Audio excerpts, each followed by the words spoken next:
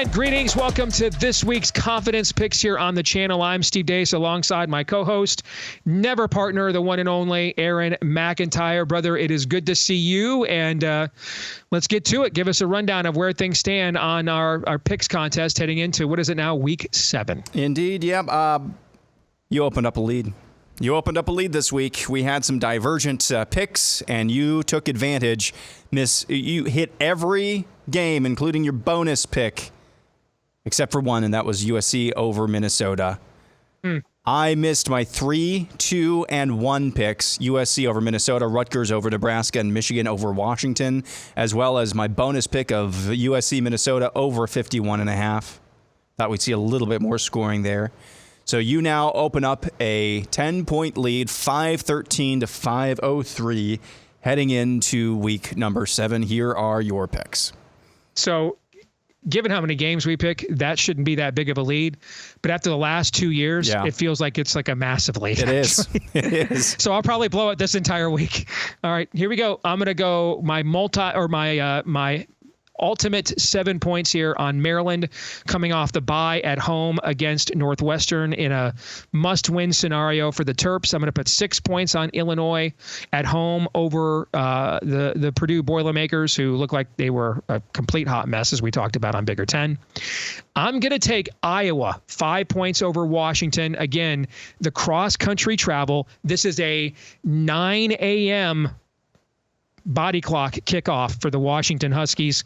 And as we mentioned on Bigger 10, so far, Big Ten teams are 1-8 in terms of cross-country travel in either direction. 1-8. Two or more time zones, yeah.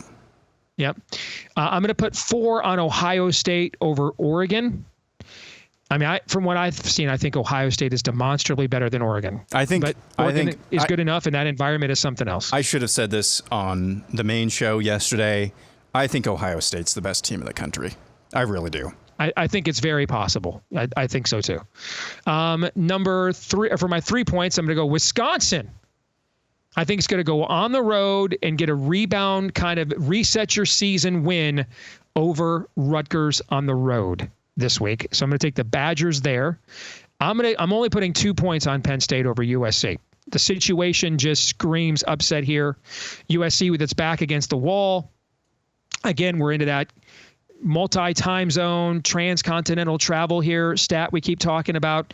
So I'm basically putting 2 points on an outstanding Penn State defense to come up with a key stop at the end to pull this thing out. Okay. And then I'm going to go with a mild upset here. This is a classic handicap in play. Fade the team coming off a big, momentous upset win the previous week, especially when they go on the road the next one.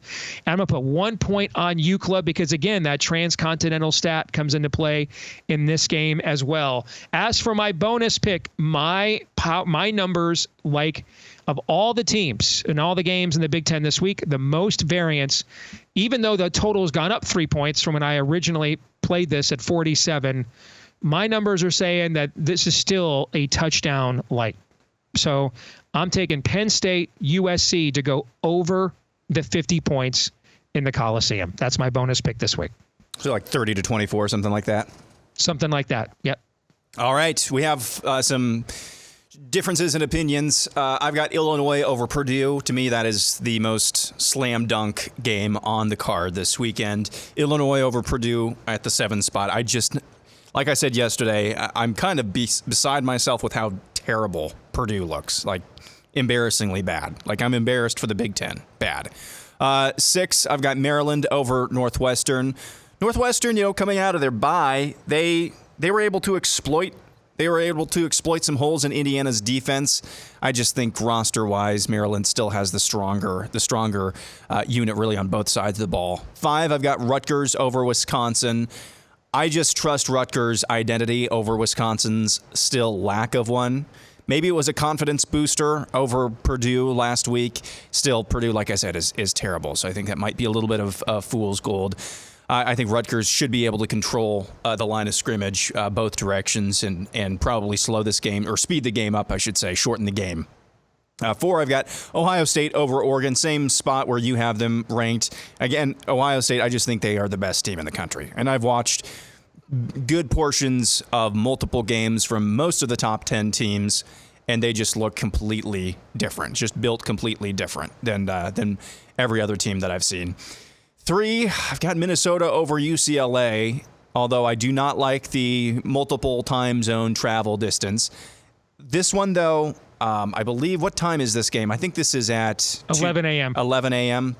Yep. So that's not bad, because that's, 1 p.m.? It's at 9 a.m. Okay, so 9 a.m.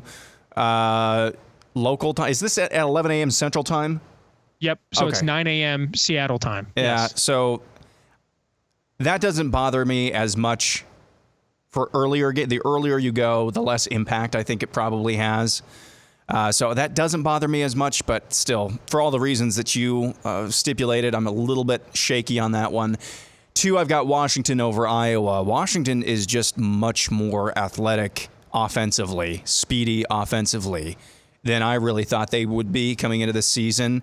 And I don't know.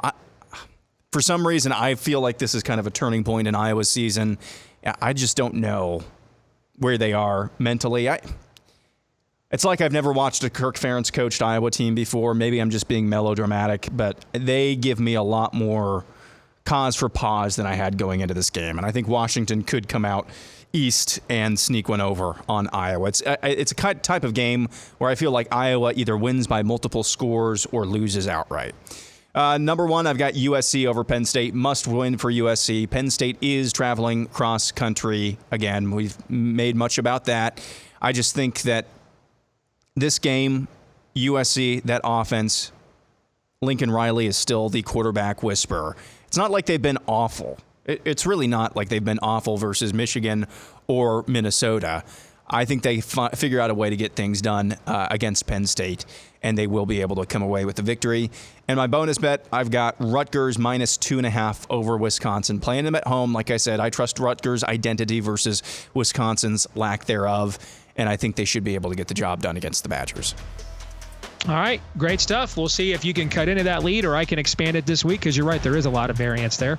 So hopefully you guys will be tuned in for that next week and for all of our other programming right here on the channel. For Aaron McIntyre, I'm Steve Deace. Enjoy the games, and we'll see you then.